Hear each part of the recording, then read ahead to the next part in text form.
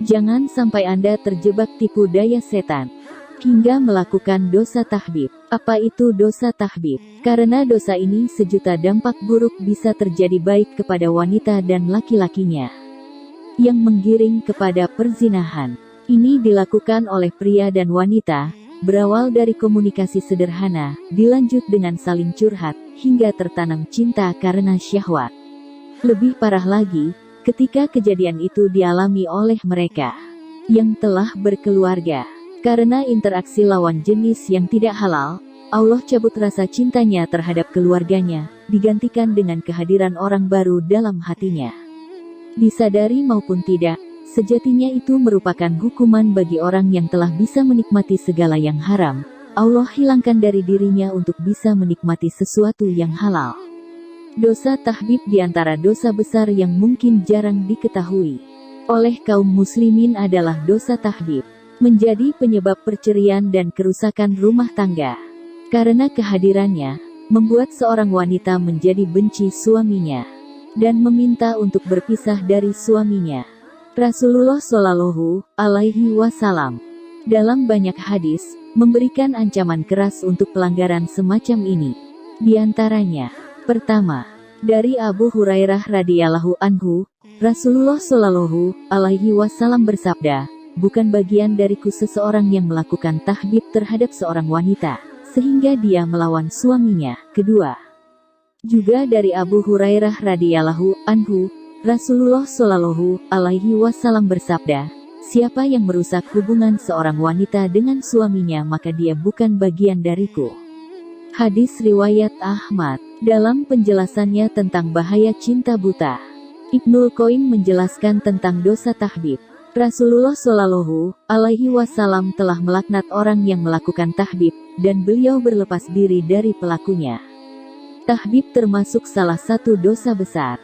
Karena ketika Nabi Shallallahu Alaihi Wasallam melarang seseorang untuk meminang wanita yang telah dilamar oleh lelaki lain, dan melarang seseorang menawar barang yang sedang ditawar orang lain, maka bagaimana lagi dengan orang yang berusaha memisahkan antara seorang suami dengan istrinya atau budaknya, sehingga dia bisa menjalin hubungan dengannya?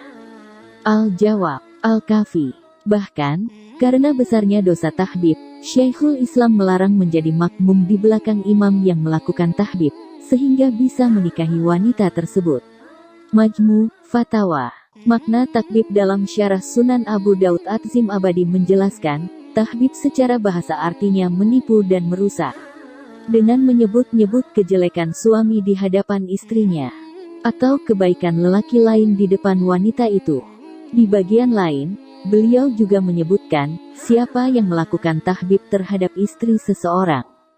Maknanya adalah siapa yang menipu wanita itu, merusak keluarganya atau memotivasinya agar cerai dengan suaminya, agar dia bisa menikah dengannya, atau menikah dengan lelaki lain, atau cara yang lainnya.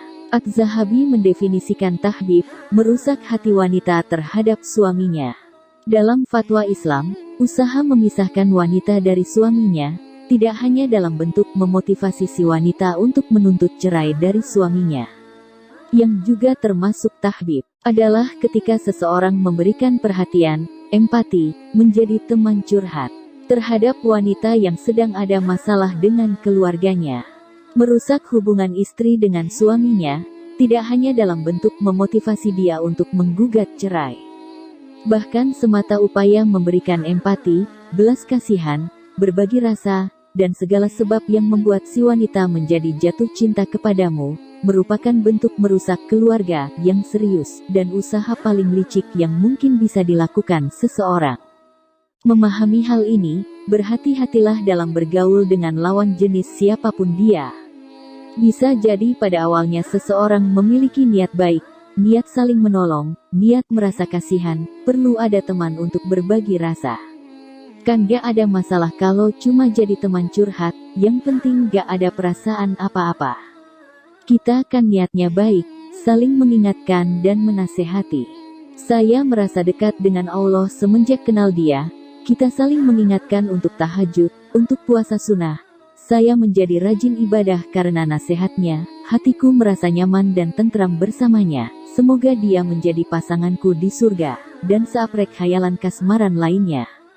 Ibnul Jauzi menukil nasihat dari Al-Hasan bin Soleh yang mengatakan, sesungguhnya setan membuka 99 pintu kebaikan, untuk menjerumuskan orang ke dalam satu pintu keburukan. Waspada bagi para lelaki, jangan sampai menerima curhat wanita tentang keluarganya. Bisa jadi ini langkah pembuka iblis untuk semakin menjerumuskan Anda.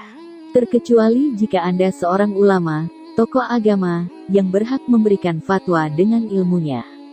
Anda bisa menjelaskan halal haram satu masalah. Semoga Allah menyelamatkan kita dari bahaya besar lingkungan yang kurang memperhatikan adab pergaulan. Amin ya robbal alamin. Semoga bermanfaat.